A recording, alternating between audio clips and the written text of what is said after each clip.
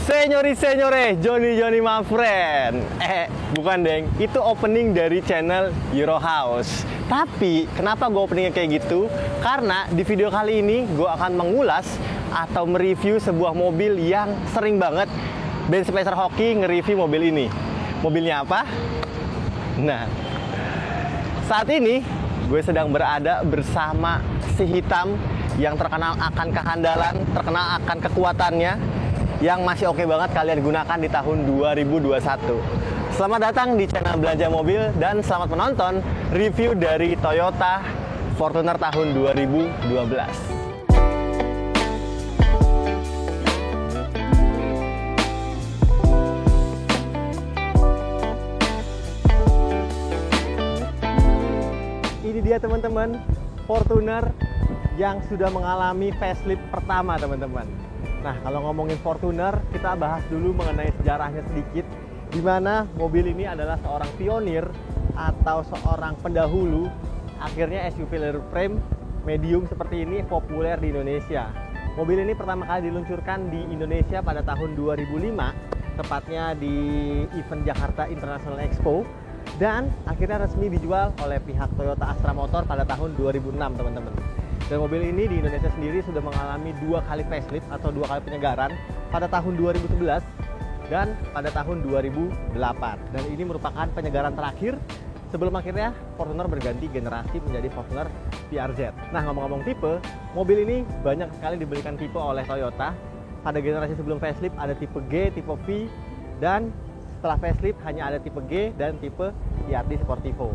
Dan untuk mobil ini merupakan tipe G dengan mesin 2500 cc diesel teman-teman, yang dimana mesinnya sampai dengan tahun ini, tahun 2021, masih sangat-sangat reliable, sangat-sangat oke kalian gunakan mungkin untuk 5 atau 10 tahun mendatang. Tapi kita bahas dulu bagian desainnya, dimana untuk facelift generasi pertama ini dia sudah mengalami sedikit ubahan yang membuat tampilannya makin modern. Lampunya sudah dibenamkan proyektor namun masih halogen, dan grillnya teman-teman, kalau kalian tahu di generasi pertama sebelum facelift grillnya itu bentuknya honeycomb, tapi di Fortuner sudah facelift ini, di grillnya Fortuner grillnya sudah berbentuk garis-garis seperti ini. Dan untuk tipe G ini body kitsnya terlihat sangat minimalis ya teman-teman, tidak seperti versi TRD, dan lengkap tapi fiturnya dia sudah ada fog lamp di bagian bawah serta beberapa sensor parkir di bagian depannya teman-teman. Nah, walaupun dia sudah bermesin diesel 2500 cc, tapi untuk tipe G ini Toyota belum membenamkan engine hood nih teman-teman di bagian atasnya. Tidak seperti tipe TRD Sportivo. Jadi langsung aja kita intip bagian mesinnya untuk gue ceritain mesinnya seberapa hebat.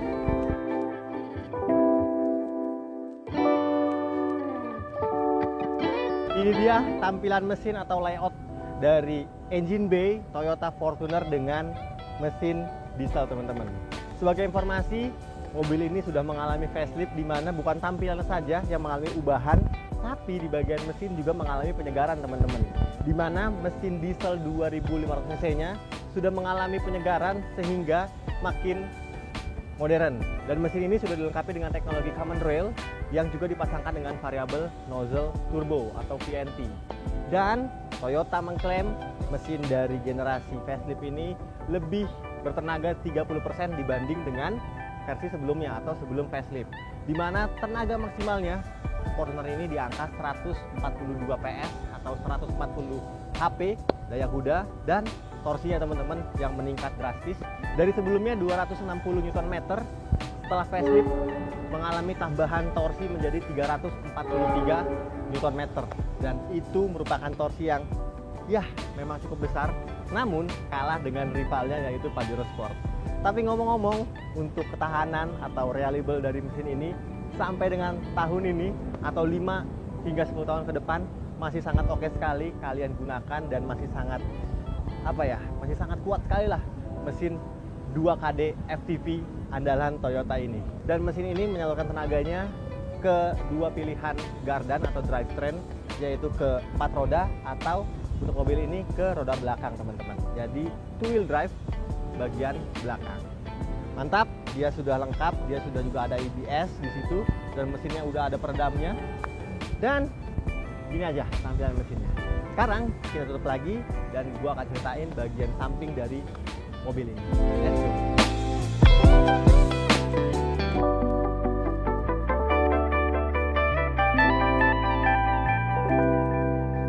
Ini dia tampilan samping dari Fortuner yang sudah mengalami facelift pertama, teman-teman.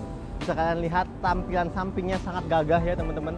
Karena memang ini merupakan sebuah medium SUV leather frame yang peruntukannya kalau untuk leather frame ini sebenarnya dipakai di pertambangan atau mengangkut kargo, tapi ini diberikan bodi yang bisa menampung penumpang.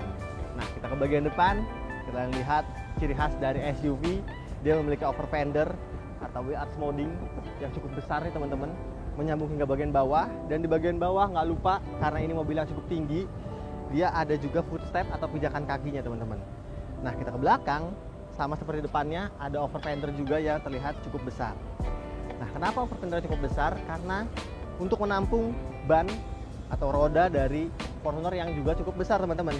Dia velgnya walaupun ukurannya 17 inci, tapi dibalut ban ukuran 265/65. Dan profilnya terlihat sangat cocok sekali dipadu-padankan di bagian fender depan dari Fortuner ini.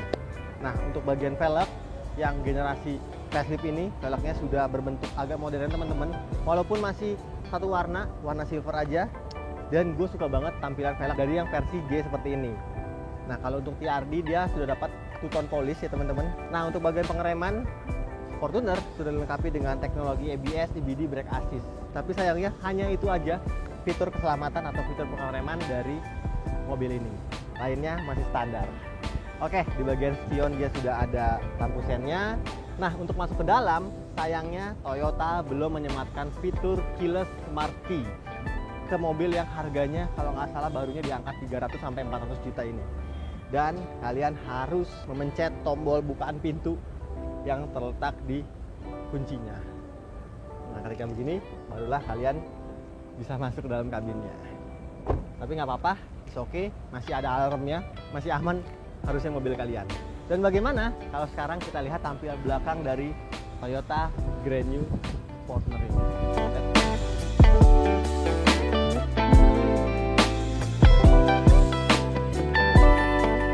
Sampai kita di belakang, untuk gue ceritain ada apa aja di bagian belakang Fortuner tipe G ini. Dimana kalau kalian lihat ya, teman-teman ya, gue masih suka banget desain dari Fortuner ini karena masih memberikan kesan yang kekar lagi-lagi. Gak cuma di bagian depan, di bagian samping, di bagian belakang pun masih sama desainnya, masih sama-sama keren. Dan untuk tipe ini, seperti yang udah gue bilang, bahwa mobil ini adalah tipe G yang belum TRD Sportivo. Nah, perbedaannya dibanding yang TRD dengan yang G biasa ini, kalau dari Johnny My Friend, Om Ben Spencer, dia itu notice pada bagian ini nih, spoiler belakangnya. Spoiler belakangnya itu kalau yang TRD itu agak ke bawah, sedangkan kalau tipe G ini masih lurus aja, teman-teman. Biasa, polosan aja, nggak terlalu sporty. Ke bawah untuk bagian kacanya nggak ada perbedaan. Dan bedanya dibanding yang TRD adalah pada bagian bumper belakang ini, teman-teman. Kalau yang TRD kalau nggak salah itu bumpernya sudah sedikit berubah dan ada beberapa add-on yang membuat tampilannya makin kekar. Nah, untuk bagian lampu, lampunya sama, tapi untuk yang tahun 2012 ini dalamnya masih warna chrome biasa, teman-teman, belum warna dark chrome atau warna hitam. Dan lampunya, untuk lampu belakang ini semuanya masih full halogen aja, teman-teman. Nah, untuk bagian belakang sini standarnya dia belum dilengkapi dengan kamera mundur, sayangnya. Namanya mobil tahun 2012 ya, teman-teman. Hanya ada beberapa sensor parkir di bagian belakang nih. Ada 4 nih kurang lebih, teman-teman. Jadi is okay banget, masih bisa ngasih tahu kalau belakang ada obstacle ketika kalian mundur. Oke, kita lihat sekarang bagian bagasinya kira-kira seberapa luas.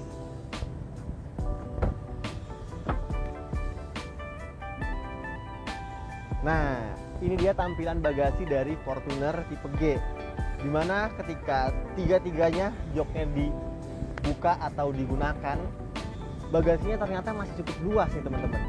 Masih sanggup untuk membawa beberapa koper nih, 3 koper medium kayaknya masih oke banget di dalam bagasi Fortuner ini.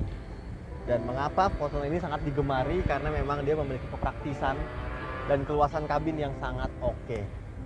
Nah, bagaimana cara membuka dari jok ini? Kita praktekkan. Kalau kalian kurang luas rasanya bagasinya, kita rebahkan dulu kursinya, tarik dan angkat teman-teman. Nah kalau kayak gini bagasinya bertambah volumenya dan kayaknya cukup banget nih untuk membawa barang-barang kalian di dalam sini.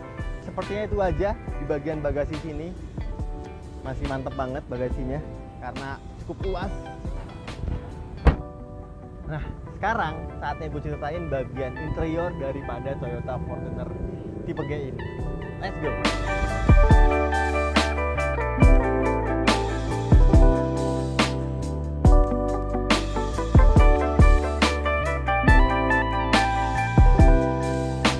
Sebenarnya agak mudah sih teman-teman masuk ke dalam interior Fortuner karena sebagai mobil leather frame, Toyota sudah menyediakan kalian pegangan tangan atau hook di setiap pilar nih teman-teman, di pilar A, sebelah kiri dan kanan.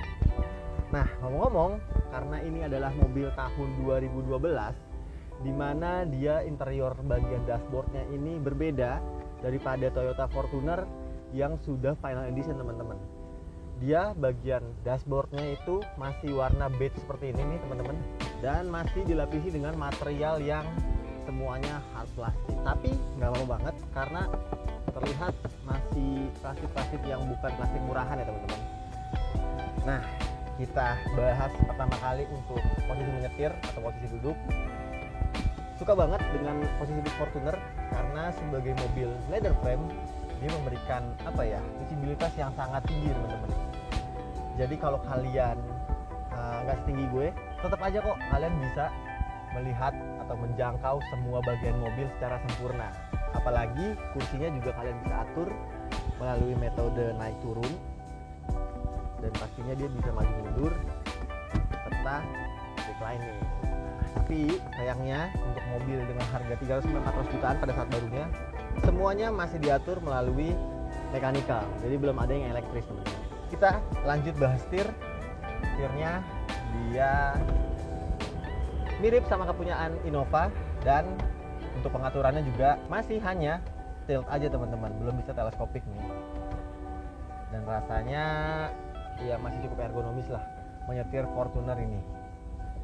Nah setirnya dilapis kulit bagian bawahnya, dan bagian atasnya ini materialnya kayu. Tetap memberikan kesan mewah dan berbeda pada sidang Innova. Sekarang kita nyalain, kuncinya masih seperti ini teman-teman, seperti kunci Innova juga. Belum ada start engine button, jadi kita colokin aja langsung ke lubang kuncinya. Wow. Jadi memang getaran dari mesin diesel 2KD-nya ini sangat berasa ke dalam kabin. Nah, AC dulu. Nah, setelah bahas posisi duduk, kita bahas sedikit bagian instrumen cluster, di mana untuk instrumen cluster Fortuner ini juga masih dibekali dengan instrumen cluster yang semuanya analog teman-teman. Hanya ada satu buah layar kecil di bagian tengah di bawah yang menunjukkan untuk odometer, trip A dan trip B. Nah, kalau kalian bertanya di mana MID dari mobil ini, MID-nya terletak pada bagian dashboard tengah teman-teman. Di sini di atas head unitnya. Tapi overall instrumen clusternya masih sangat oke kok, jelas terbacanya, dan juga dia sudah mempunyai beberapa indikator seperti tachometer, speedometer, penunjuk gigi, suhu mesin, dan bahan bakar. Jadi sudah mewakili di mana instrumen cluster untuk mobil-mobil pada umumnya. Untuk bagian tuas-tuas sebelah kiri, tuas untuk wiper yang sudah intermittent juga teman-teman, dan sebelah kanan ada tuas lampu yang sayangnya belum otomatis, jadi masih diatur via manual. Oke, kita ke tengah.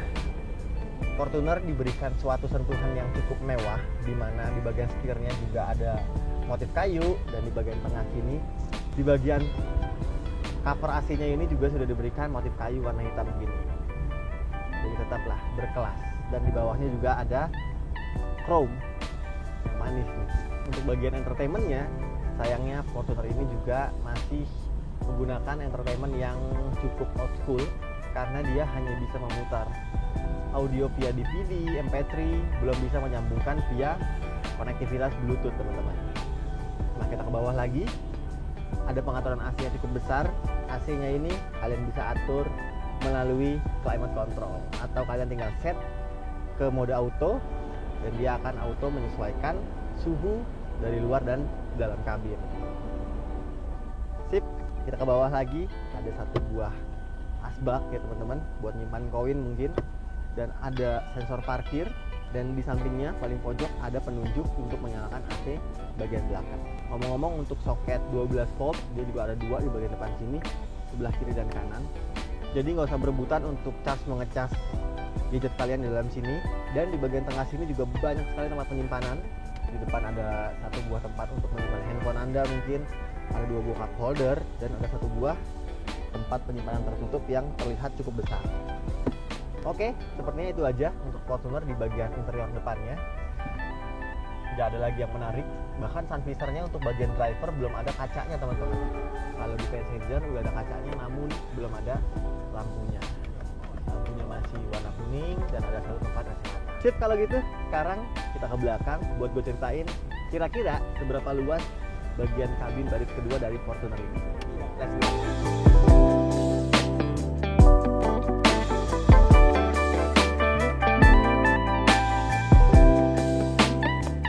Sampai di baris kedua dari Fortuner, ya bisa kalian lihat sendiri bahwa memang SUV leather frame seperti ini untuk urusan keluasan atau kelegaan kabin dia jempolan banget nih teman-teman.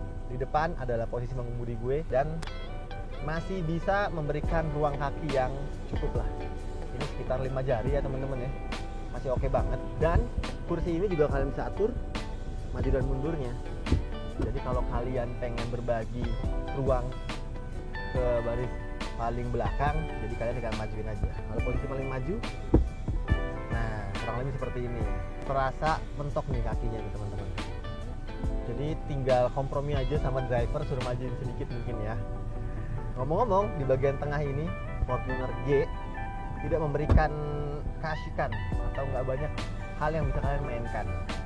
Karena di bagian armrestnya aja dia belum terdapat dua buah cup holder ya teman-teman. Biasanya kalau armrest itu ada cup holdernya, tapi ini nggak ada. Dan ya itu aja.